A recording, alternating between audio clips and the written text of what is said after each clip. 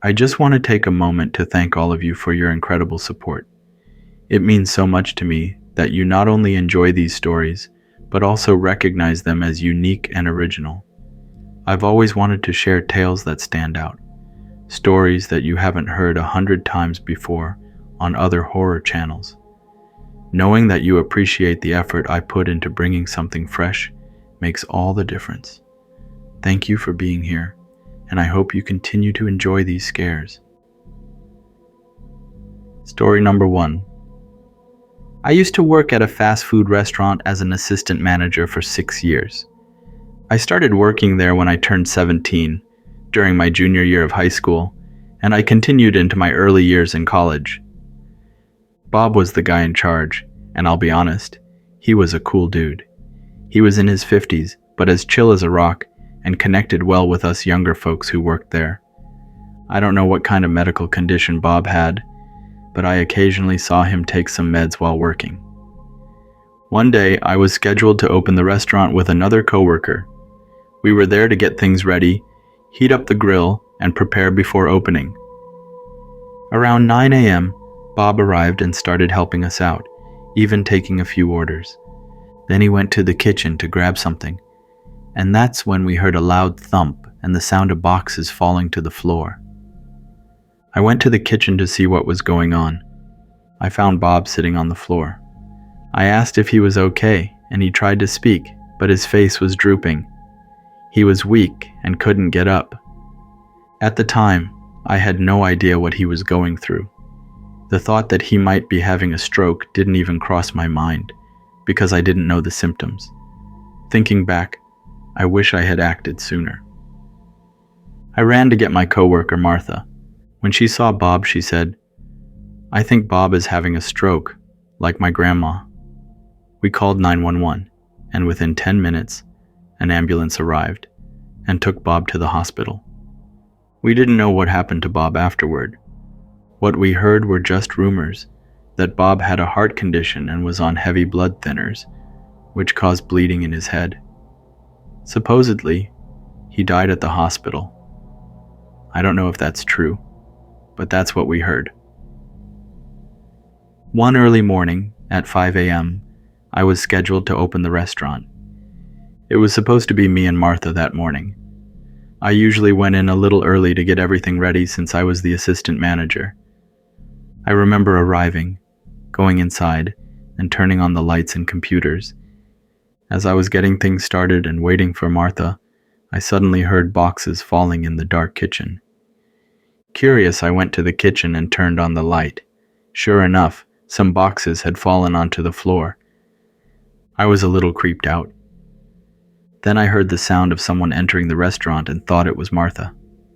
I called out, "Hey Martha, is that you?" There was no response. When I went back out to look, I saw Martha parking her car outside. I waited until she came inside. She probably noticed something was off and asked if I was okay. I said I was, but I didn't tell her what had just happened. The next day, I went in early again, like usual. This time, I turned on all the lights, including those in the kitchen. Afterward, I came to the front and turned on the main computer.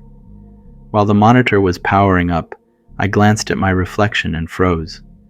Standing behind me in the kitchen was Bob. I spun around to look, but no one was there. I was so scared that I ran outside and waited by the door until my coworker Jason arrived before going back inside. After that incident, whenever I had to open the restaurant, I would sit in my car and wait for a coworker to show up before going inside. Other coworkers who came in early also reported creepy experiences, like hearing strange noises or feeling like someone was there with them.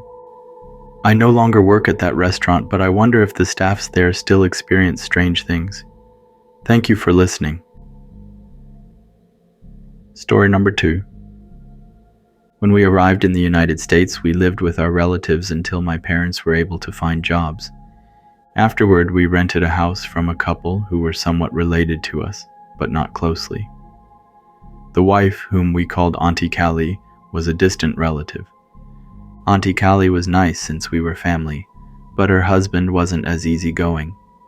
He was a straightforward man, a heavy drinker, and a smoker. When we rented their house, they told us we could plant a garden or make changes, but pets were strictly forbidden. No dogs, cats, or birds, only fish tanks were allowed. They were quite strict, so every 2 to 3 months, Auntie Callie and her husband would stop by to visit. Sometimes they brought candy for us kids, but it always felt more like an inspection to make sure we weren't trashing their property. Despite this, my parents tolerated it because the rent was affordable. It was an older house with a big backyard, and we only paid $600 per month. One day, while visiting my girlfriend, I found out her brother's dog had given birth to puppies. A few weeks later, the puppies were bigger and even cuter. I asked her what kind of dog it was, and she told me they were Yorkies, which don't grow very large. They were looking to give away some of the puppies, so I decided to take one home without telling my parents. At the time, I was 16 years old, and my siblings and I kept the puppy a secret from our parents for as long as we could. Eventually, though, my parents found out and insisted we get rid of it. My 2 younger sisters had already grown attached to the puppy and cried, begging to keep it. My parents reluctantly agreed, but only on the condition that we hide the puppy and clean up all traces of it whenever Auntie Callie and her husband came to visit. Usually Auntie Callie would call the day before their visit. 2 months after we got the puppy, she called my mother, saying they would be visiting the next day. That evening, my mother made us go outside to clean up every trace of the puppy in the backyard. Whenever they visited, it was usually around 4 p.m. The next day, we were prepared. My sisters kept the puppy in their room with the door locked and everything was spotless. But 4 p.m. came and went, and they didn't show up. By 6 p.m., assuming they wouldn't be coming, my sisters let the puppy out into the backyard for a bathroom break. Afterward, they brought it back inside, and that's when strange things started happening. First, the clock on the wall fell, and the glass shattered. Then, the living room fan turned on by itself. Moments later, the door to my sister's room slammed shut with no one near it. A strong smell of cigarettes filled the house, which was odd because no one in our family smoked. Suddenly, a plastic cup flew across the kitchen as though someone had thrown it. We were all there to witness these strange events, and none of us knew what to make of them. After the cup incident, everything settled down, and the cigarette smell faded away. When dinner time passed and Auntie Callie and her husband still hadn't arrived, we assumed they were busy. Around 8 p.m., my mother called her to check in and ask if they'd be coming the next day.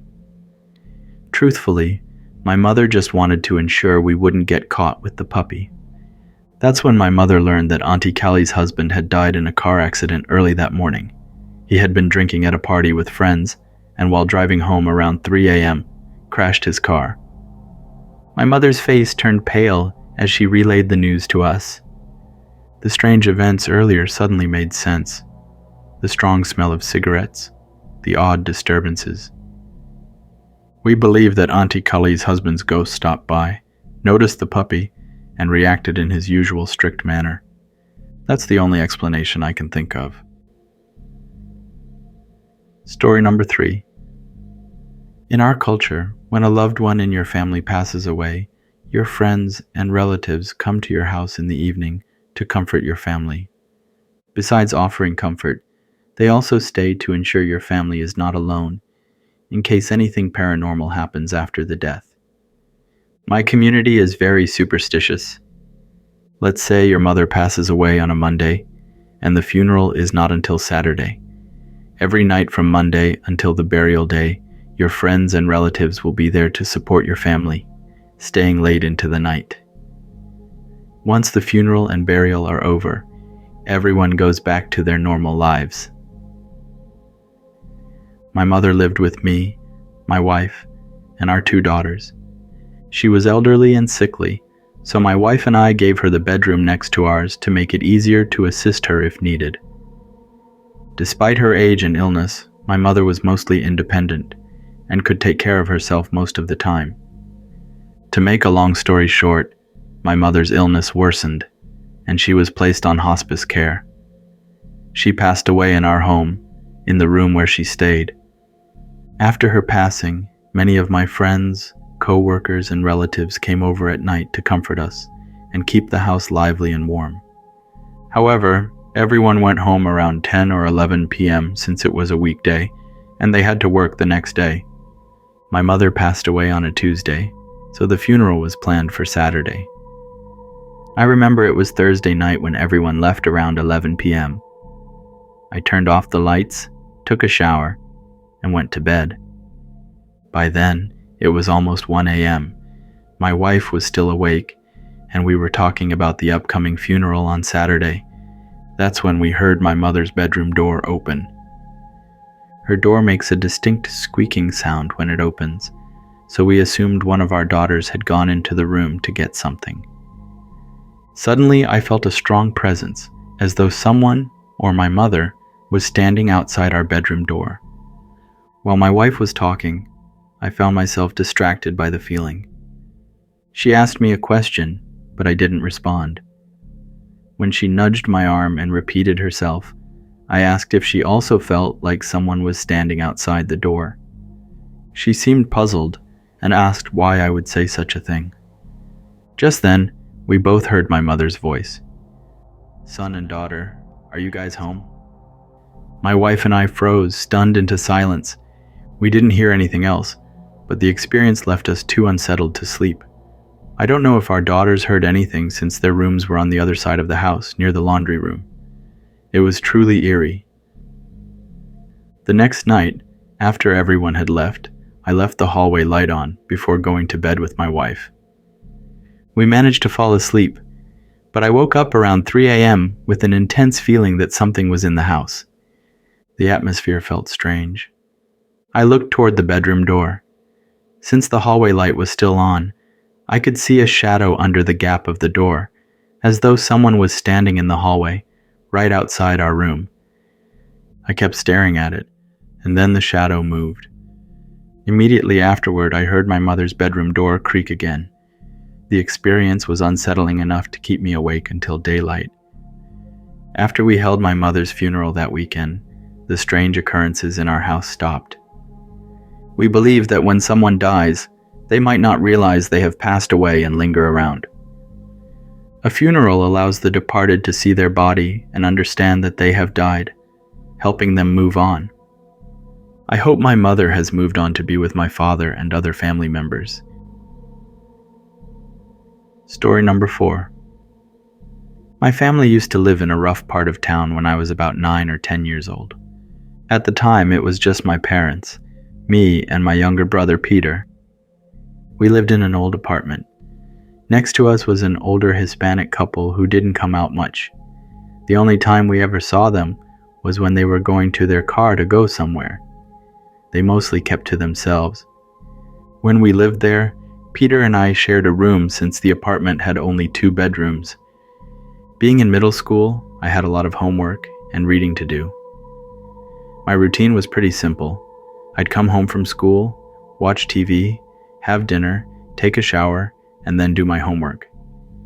I usually didn't go to bed until around 10 p.m.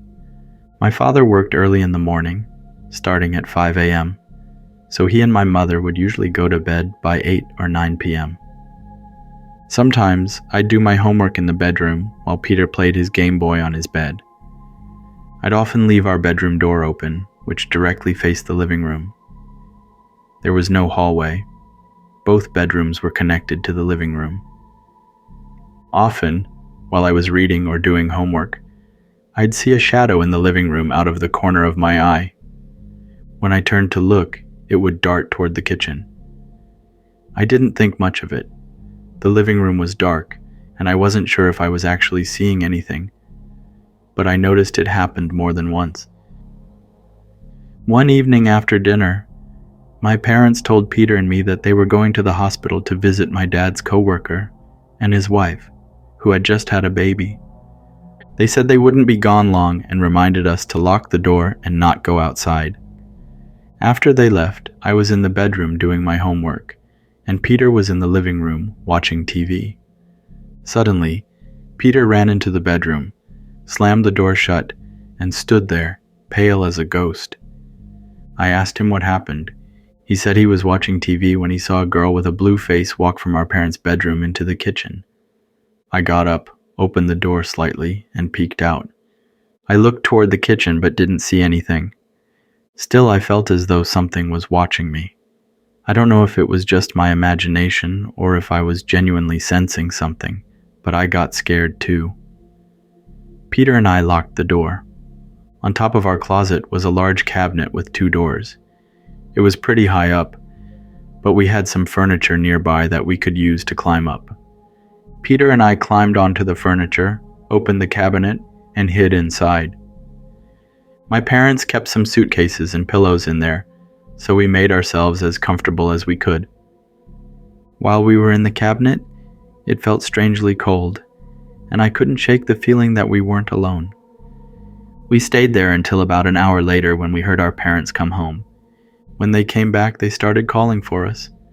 Once we knew they were home, we climbed down.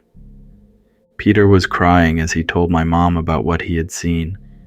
I was so scared that my eyes were full of tears too. My dad, however, wasn't impressed. He scolded us and insisted there was nothing in the apartment. To reassure us, he searched the whole apartment right in front of us, proving that no one else was there.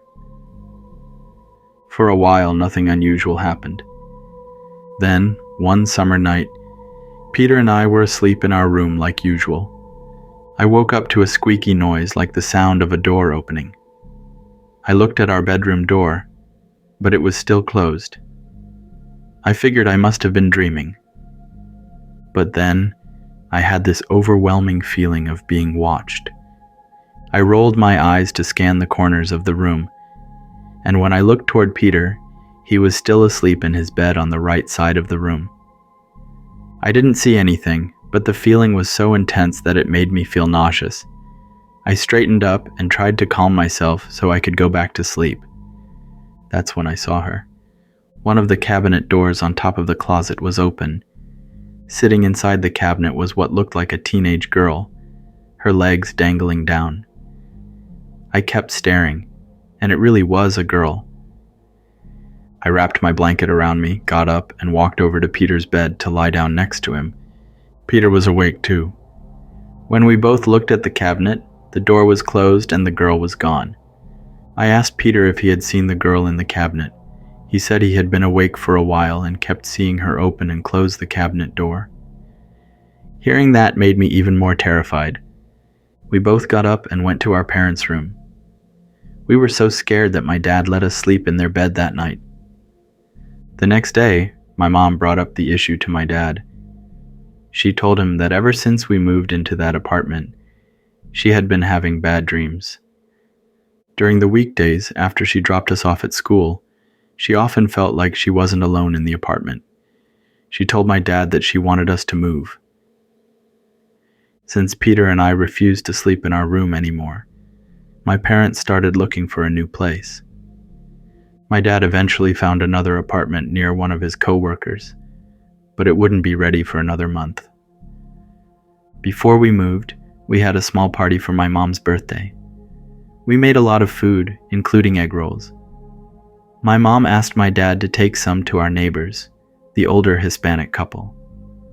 Later, after the party, the neighbor returned the plate to my dad. He handed it to me to put in the sink, and then stepped outside with the neighbor. Our neighbor and my father were outside for a little chat. My father didn't speak Spanish, so I'm guessing they're probably just talking to each other in broken English. Years later, during a camping trip with my dad's co-workers and their families, we gathered around the campfire to share scary stories. That's when my dad told us about what the neighbor had said that night. According to the neighbor, the family who had lived in our apartment before us had a teenage daughter who went missing. Days later, when there was an unusual odor in the apartment, they found her body in the cabinet in one of the bedrooms. She overdosed on drugs, and the police suspected it was intentional. The case was ruled as a suicide. Hearing this creeped me out all over again. I kept thinking about the night Peter and I hid in that cabinet. I'm just glad we live in a new house now, one where we're the first family to ever live there. I don't think I could handle living in an old place again. Thank you for listening to my story. That's all for this video. Thank you for making all the way through and supporting my stories. Have a wonderful day or night.